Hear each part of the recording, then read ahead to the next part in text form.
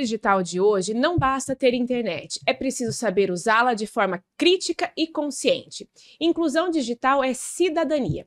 Por isso, hoje eu converso com a juíza Camila Henning Salmoria sobre inclusão digital e letramento digital. E eu sou Letícia Giovannini Garcia, promotora de justiça, e este é o Direito ao Ponto, o podcast da FEMPAR, que é a Fundação Escola do Ministério Público do Estado do Paraná. Camila, seja muito bem-vinda ao Direito ao Ponto. É uma grande honra te receber aqui para a gente falar de um tema tão importante na vida das pessoas, dos brasileiros, né? Que é a questão da inclusão digital. Hoje nós temos um dado estatístico que aponta que 92,5% das residências brasileiras, dos domicílios, as pessoas têm acesso à internet. Mas será que só ter o acesso à internet é suficiente, Camila? Bom, gostaria inicialmente de agradecer a todo mundo que está nos ouvindo, agradecer vocês pelo convite, é uma honra estar aqui com vocês e é uma alegria falar desse tema, porque, assim, além de ser uma entusiasta da inteligência artificial, eu me preocupo muito com essa questão da inclusão digital. E essa pergunta tem muitos desdobramentos, assim. Primeiro, já conceituando o que é inclusão digital, porque quando a gente fala em inclusão digital, a gente está falando só da ponta do iceberg, né? Que é esse acesso à internet. Mas só o acesso, ele não garante nada e esse acesso não é igual para todo mundo, né? Então, tem pesquisas que mostram que no Brasil, muitas vezes em áreas da periferia urbana, o acesso às vezes é pior do que numa área rural, dependendo da área.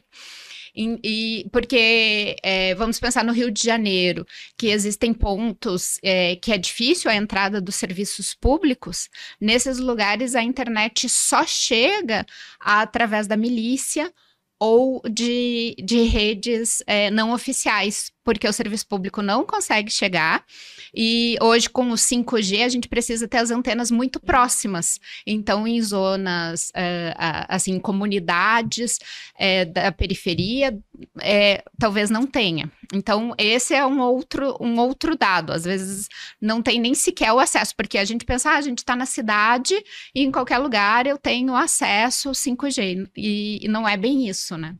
Isso você está falando ainda de uma capital, né? Imagina cidades que ficam muito distantes de cidades grandes, assim, regiões da Amazônia Legal, regiões ribeirinhas, que vai se tornando cada vez mais difícil ainda o acesso de qualidade, né, Camila?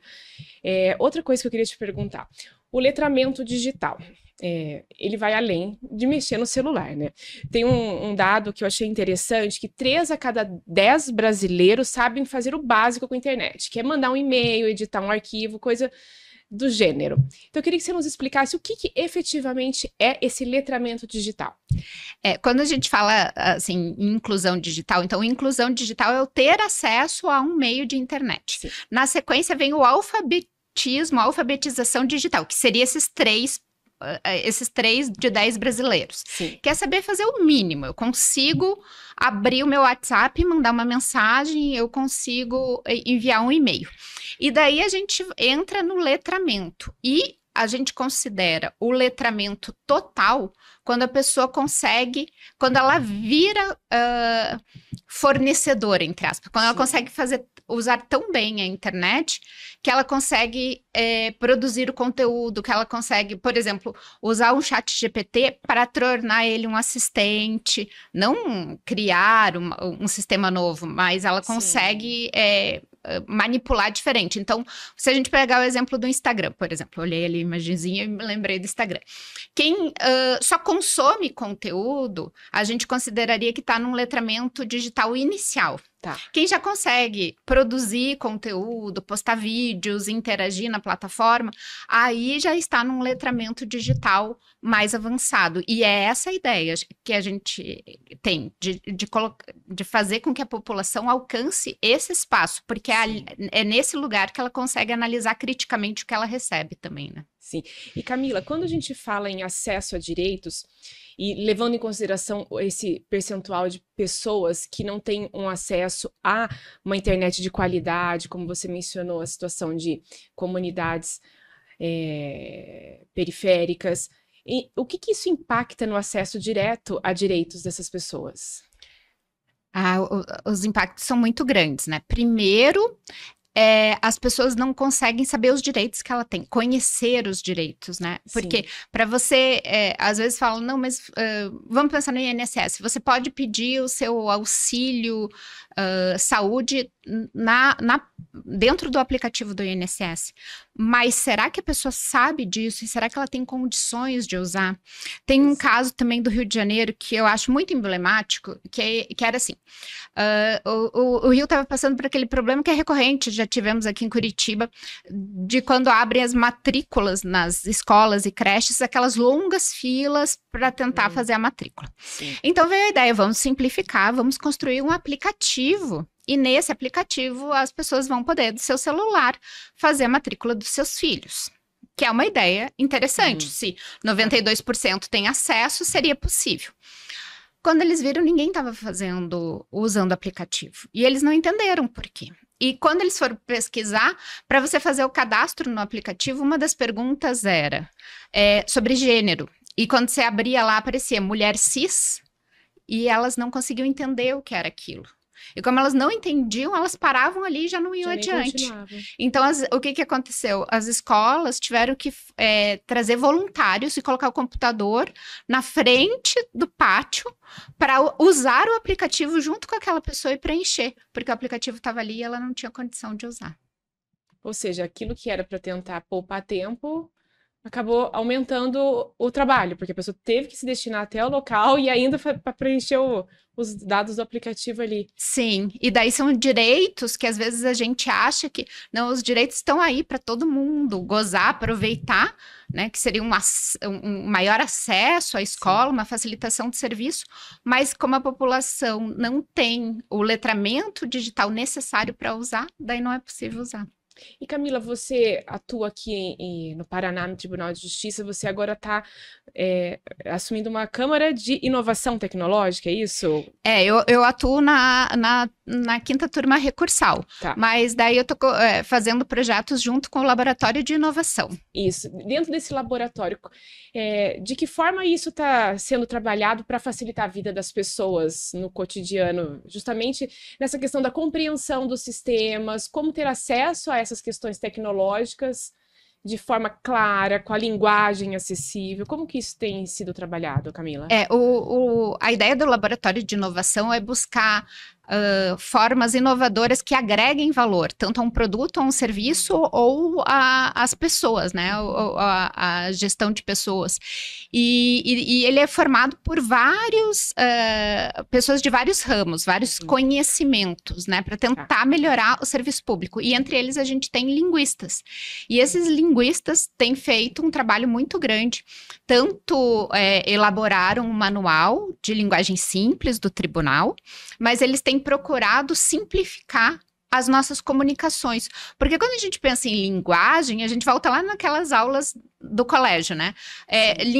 A minha linguagem, a minha comunicação é válida quando a mensagem que eu quero passar chega ao meu receptor lá. E se eu tenho uma comunicação para dar para o cidadão e ele não consegue entender, então há um problema de comunicação e eles estão trabalhando nisso. Então, um dos trabalhos que eles têm, que é muito interessante, é no mandado de citação, tentando fazer com que o mandado de citação seja mais compreensível para as pessoas.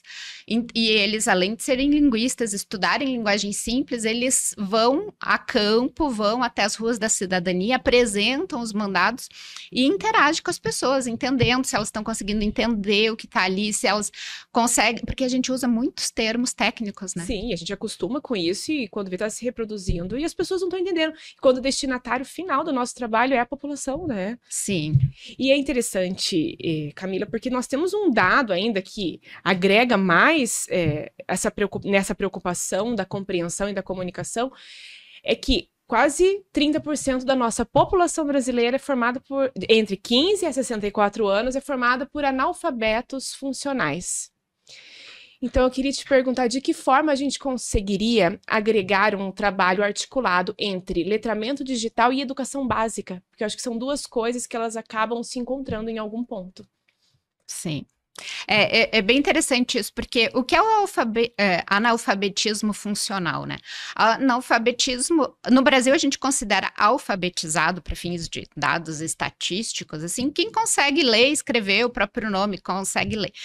Mas, para fins de padrões globais, o que se chama desse analfabetismo funcional seria a pessoa que consegue ler um pequeno texto e compreender aquele texto reproduzindo. E daí a gente começa a ter uma dificuldade, porque as pessoas, às vezes, elas conseguem ler, mas elas não conseguem ter essa compreensão. Inclusive, tem estudos dos Estados Unidos que mostram que a grande maioria da população, inclusive lá, lê com a mesma habilidade que alguém que está na 7ª série do ensino fundamental, porque não tem uma análise crítica, né?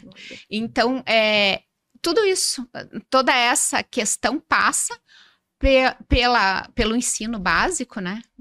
Porque é o nosso ensino que não está formando, e nesse novo mundo que está vindo aí, o mundo digital, a gente também não está formando cidadãos com letramento digital, pela questão da estrutura das escolas públicas, pela estrutura do nosso ensino, e a gente tem que ter uma visão também pensando nos professores, né? Claro.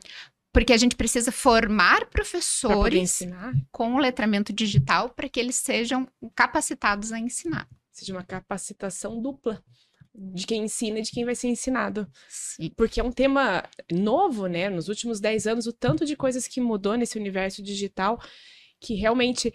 E há alguma expectativa disso ser incluído, ou já está sendo incluído no programa... Há um programa nacional hoje de inclusão de educação digital? Sim. Como que tem sido isso aplicado na prática? O governo federal mudou a lei de diretrizes e bases para incluir isso, mas... assim, o esforço de criar esse sistema, daí ele já é um pouco... porque a educação, ela está segmentada entre município, estado e União. Aqui em Curitiba eu participo do Justiça se Aprende na Escola, que é um programa do Paraná, e quando eu vou nas escolas, eu tenho, junto com as escolas municipais de Curitiba. Sim. Então, aqui tem um investimento do município em formar laboratórios, tem materiais tecnológicos, assim, de ponta, e tem uma preocupação de se ter professores capacitados. Mas isso está muito disseminado entre todos os municípios do país, e a gente sabe que a capacidade financeira dos municípios não é a mesma, né? Tem municípios que são muito deficitários, porque não tem verba mesmo, ou não tem recurso, ou como você disse, às vezes o próprio acesso à internet no município é muito comprometido. Então, é um problema, assim, estrutural, que só a lei não vai resolver, né?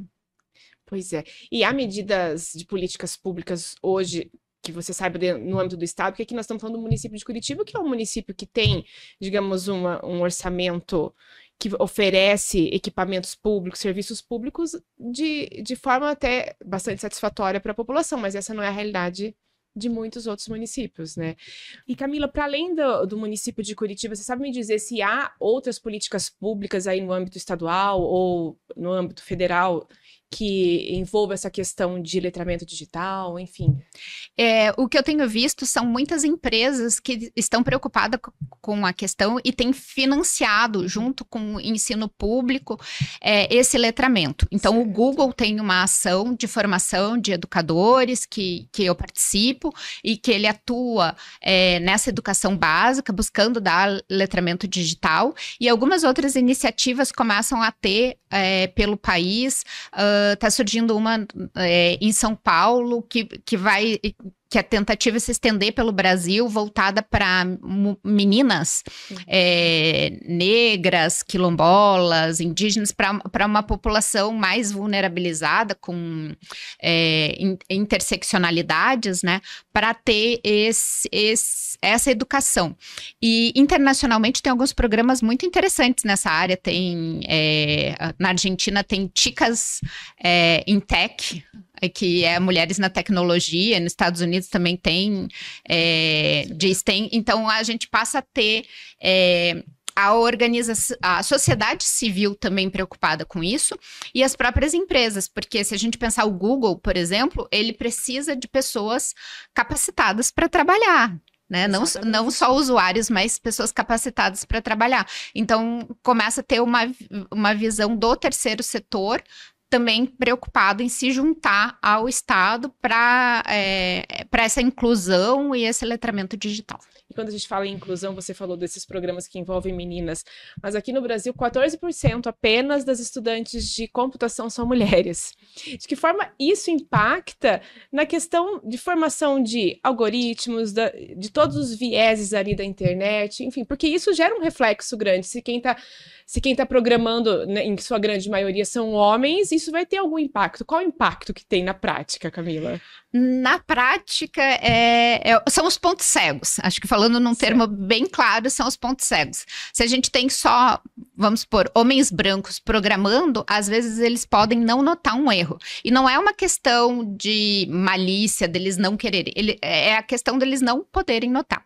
Tem um caso bem emblemático, que é o da Joy, que teve até um documentário, Coded Bias, que ela era uma programadora negra formada pelo MIT. E ela estava tentando desenvolver um software para fazer um filtro para o rosto, assim, uma coisa bem de entretenimento. E o filtro não estava funcionando. E ela começou a analisar o código e ela falou, gente, mas qual o problema? Eu não consegui encontrar o problema. E daí ela falou, bom, vou voltar para as bases, vou ver se se o programa consegue reconhecer um rosto. E tinha sido Halloween e ela tinha uma máscara branca. E ela pegou essa máscara branca e colocou no rosto dela. E quando ela colocou, o programa reconheceu o rosto dela. E depois, conversando com outros desenvolvedores, eles estavam vendo, assim, que tinha problema, mas também achavam que o problema era no código. E daí ela, por ser uma mulher negra, conseguiu, pesquisando, ver que aqueles bancos de dados, que era da Amazon, da Microsoft, de empresas grandes, eles funcionavam 100% para homem, 98% 100% para homens brancos, acho que era 99% para mulheres brancas. Para homens negros também funcionava, mas mulheres brancas era 62%. Só reconhecia o rosto. E isso ainda hoje é um problema. A gente tem Rio de Janeiro e Bahia com altos índices de prisões por reconhecimento facial de pessoas pardas e negras, inclusive mulheres, porque essas câmeras que ficam na rua e que fazem o reconhecimento facial reconhecem as pessoas como tendo mandado de prisão aberto, quando não era, fazem um reconhecimento facial errado. E daí você imagina qual a dificuldade que a pessoa tem de produzir uma prova dizendo... Negativa. Negativa. Tipo, não fui eu, não sou eu essa pessoa. Quando a IA, né, quando um sistema diz, não, ela é essa pessoa. E Camila, outra coisa, bom, o letramento, diante disso, que você traz um dado muito impactante e sério, ainda mais levando em consideração que a nossa sociedade brasileira ela é extremamente diversa. Existem, enfim, existe uma diversidade muito grande aqui. Como formar pessoas e gerar um letramento digital mais crítico, que as pessoas consigam analisar esses vieses, ter esse olhar para aquilo que o algoritmo traz, como não sendo sempre uma verdade absoluta, tendo esse olhar mais crítico. E você acha que esse Programa Nacional de Educação Digital, ele pode ampliar ou impactar nessa questão das desigualdades? Enfim, como que a gente consegue raciocinar dentro desse enfoque das desigualdades aí, Camila? Eu acho que é muito importante a gente não pensar só na parte física. Às vezes se pensa em letramento digital, se pensa esses programas como, vamos colocar computadores nas escolas e dar acesso aos alunos. Exato. Eu acho que não é sobre isso. A gente precisa ensinar um pouco da parte técnica, porque a partir do conhecimento técnico sobre IA, sobre programação, eles vão ter condição de entender como aquilo funciona e agregar daí o ensino humanístico para a gente ter o pensamento crítico. Porque hoje a gente tem situações muito fragmentadas, em que quem vai para as exatas, né, não tem o conhecimento humanístico, e quem vai para as humanas não tem o técnico. E a gente acaba não tendo conseguindo fazer esse raciocínio crítico mais amplo.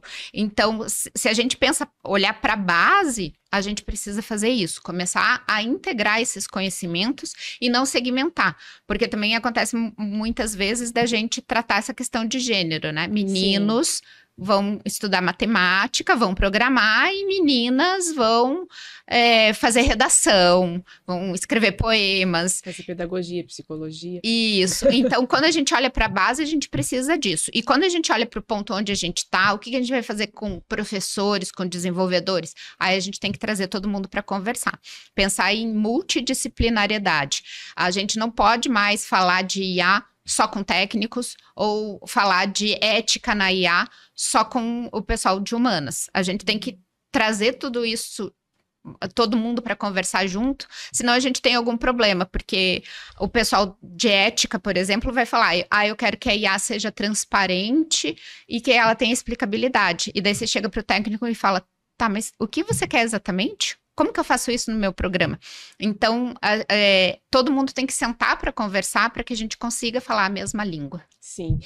E de que forma os tribunais podem auxiliar aqui nessa inclusão digital, mas no que diz respeito à inserção no universo dos direitos das pessoas, Camila?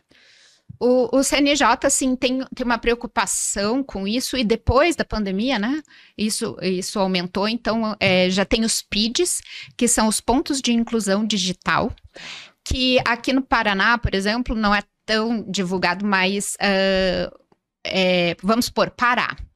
A ilha de Marajó tem mais de 20 comarcas, é muito grande, a gente não conhece. E lá não tem, muitas vezes, acesso, né? As pessoas estão no interior da ilha, então o acesso é difícil. Então, se construiu pontos de inclusão digital. O que seriam isso? Naquelas prefeituras mais lá do interior, naquelas regiões mais do interior, sempre tem um local de acesso público, né? Algo da prefeitura ou da comunidade. Nesses lugares passa a ter um computador que você passa a ter um acesso com assessoria, né, aos projetos do judiciário. Então, essa é uma questão, a inclusão digital. A outra questão é o que a gente falou, sobre linguagem simples, né? Sim. E outra coisa que a gente fala na questão digital, que é a experiência do usuário. Eu preciso que a linguagem seja simples, mas que o usuário também, quando entra ali na página do tribunal, ele consiga navegar. E tudo isso é o que o Laboratório de Inovação faz, trabalha com isso. E eu que estou na turma recursal, a gente tem essa preocupação, porque os juizados especiais têm causas até 20 salários mínimos, a própria parte pode pedir. Antigamente, quando a gente não tinha o processo eletrônico, o que acontecia? As pessoas iam até o cartório, lá tinha alguém com quem elas interagiam, elas preenchiam um formulário. Sim. Mas agora que está tudo online, esse formulário estava disponível na internet, e as pessoas tinham dificuldade de entender tantos termos técnicos que estavam ali, como dificuldade de escrever numa linguagem técnica que depois o juiz conseguisse entender. Claro. Então, com essa visão, a gente lançou agora um projeto, é o Ajuizei, que é uma inteligência artificial que faz essa que a gente chama de atermação. Ela interage com o cidadão e o cidadão explica o que ele... por que ele está buscando o judiciário, qual foi o problema, e através dessa interação, a inteligência artificial vai conduzindo ele passo a passo para preencher esse formulário. E então, para o cidadão fica uma linguagem mais acessível, e para o magistrado, para o judiciário, fica uma linguagem mais formal, porque daí, ao final, a IA redige de acordo com os termos técnicos. Não, isso são coisas, assim, do cotidiano das pessoas. Ali inscrição equivocada no Serasa, a pessoa está com o nome ali, ela precisa resolver, e nesse valor até 20 salários ela não precisa de um advogado, então ela diretamente vai se socorrer à justiça. Antes ela ia até o cartório, ainda existe a possibilidade da pessoa ir até o cartório, né? Sim. Então, assim, às vezes a pessoa não se sente tão confortável de acessar a internet, ela não consegue entender, ela continua tendo essa possibilidade de pessoalmente ir até algum funcionário que vai auxiliar, né? Não, ela pode ir até lá e a gente está escalando, né, que a gente fala, evoluindo esse sistema de IA para que possa ser também falado. Sim. E tem os totens, né, o Tribunal de Justiça do Paraná tem os totens nas ruas da cidadania, onde as pessoas podem usar alguns serviços. Sim. E a ideia é que esse serviço também esteja ali disponível. Sim, porque você imagina, se houve a dificuldade de preenchimento de um aplicativo para solicitação de vagas em escolas, que dirá que é uma coisa em tese do cotidiano das pessoas, fazer a matrícula numa escola, que dirá solicitar direitos, entender que ela está tendo uma lesão de um direito para depois postular isso diretamente sem advogado. Sim. Né? É uma dificuldade. Você acha que na educação digital é importante que a gente faça alguns recortes de gênero, Camila? É importante a gente preparar de formas distintas homens e mulheres, ou você acha que não é necessário? Eu acho que não é necessário, mas o que é necessário nesse momento é a gente corrigir o viés que já estava aí. Então, a gente tinha o viés que meninos e meninas eram separados. Para a gente passar por esse viés, num momento de transição, talvez a gente tenha que ter um olhar diferenciado para as meninas, para estimular elas, porque senão culturalmente, se a gente deixar isso aberto para uma evolução natural, pode ser que leve muito tempo, e se a gente estimular isso, a gente acelera o processo, e tem estudos em outros países mostrando isso, como a gente consegue diminuir esse lapso geracional, porque o que eles estão falando hoje, que você falou agora há pouco, dos 10 anos, a IA evoluiu muito em 10 anos, mas eles consideram que a curva humana para acompanhar essa evolução é de 30 anos. Então, a tecnologia evolui, mas a gente não consegue nem evoluir o ensino e nem evoluir as pessoas que estão no mercado de trabalho, os trabalhadores, evoluir na mesma velocidade. Então, a gente precisa de aceleradores, tanto na educação como em outras áreas, para fazer isso acontecer e chegar mais próximo. Eu falo do gênero, mas eu acho que talvez o maior impacto seja a questão etária aí, né, Camila?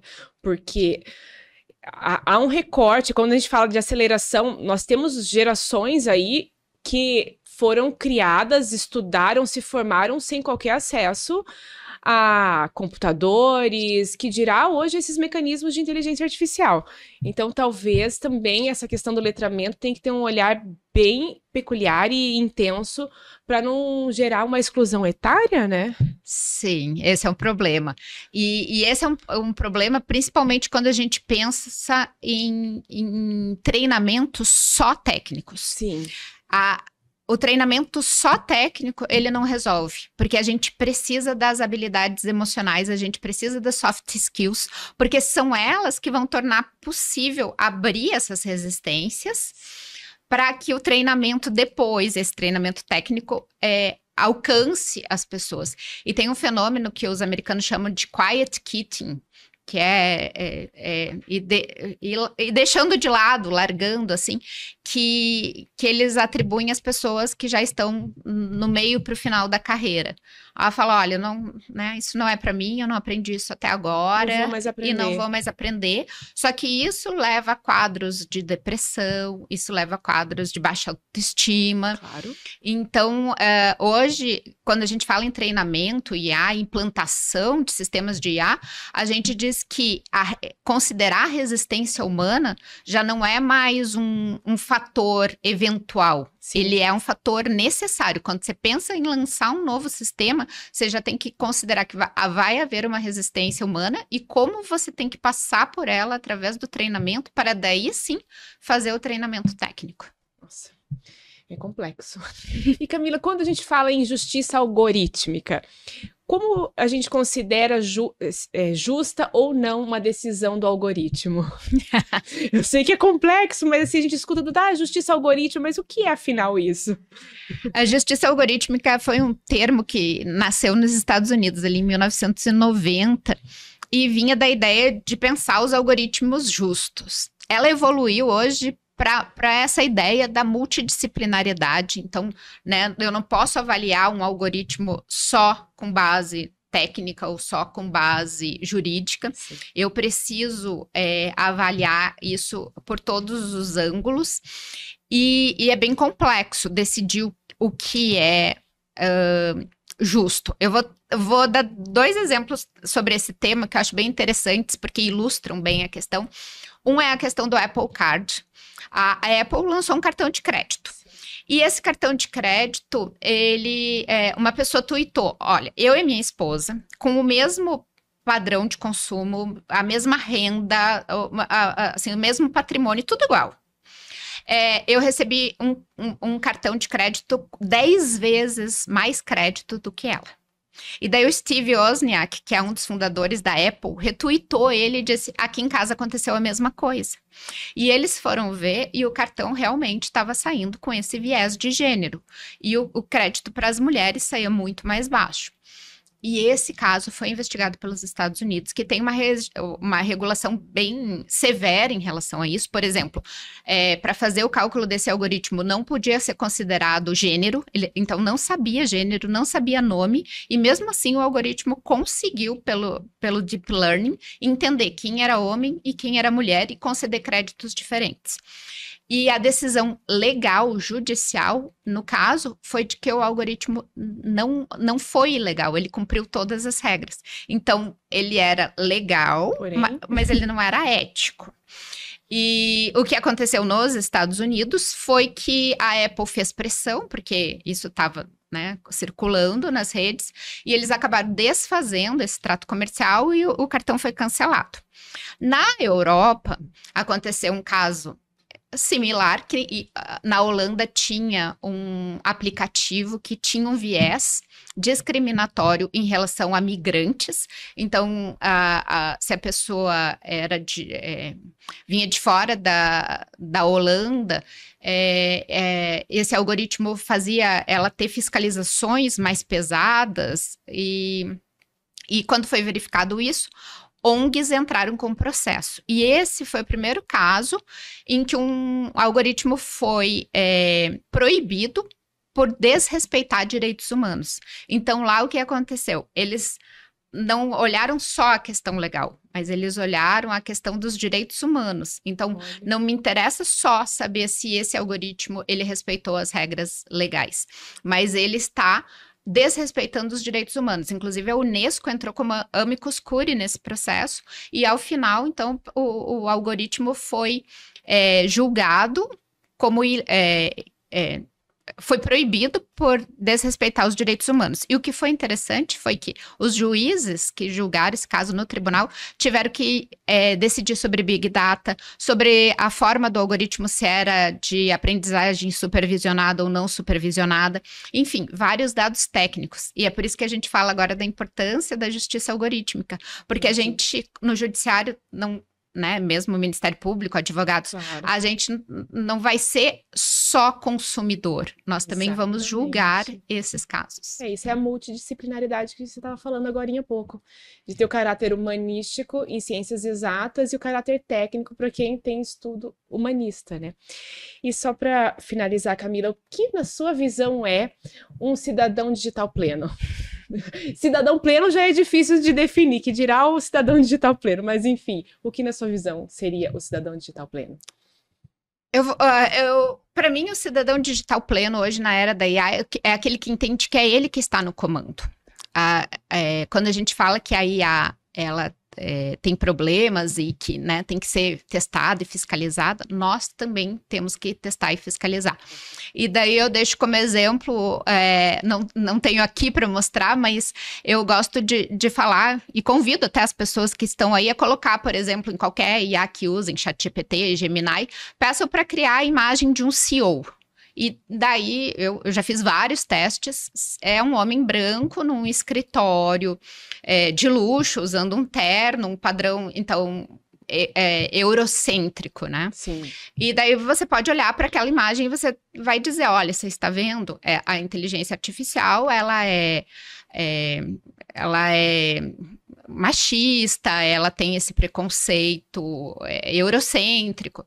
E daí você pega a mesma inteligência, começa uma nova conversa e fala assim, cria a imagem de uma CEO, mulher, parda, que esteja usando um colar indígena num ambiente acadêmico com a imagem de um pássaro amazônico, e daí vai vir uma imagem totalmente diferente. E eu gosto de falar isso para dizer que quando a gente fala em prompt, que a tradução é comando, o comando é nosso. Sim. Então, quem comanda a inteligência artificial somos nós. Se nós temos letramento digital, a gente vai fazer ela trabalhar para a gente. Agora, se a gente não tiver, daí ela que assume o comando. Exatamente. Então, a educação, no fim das contas, acaba sendo a base de tudo, né, Camila? É bem complexo isso. Sim.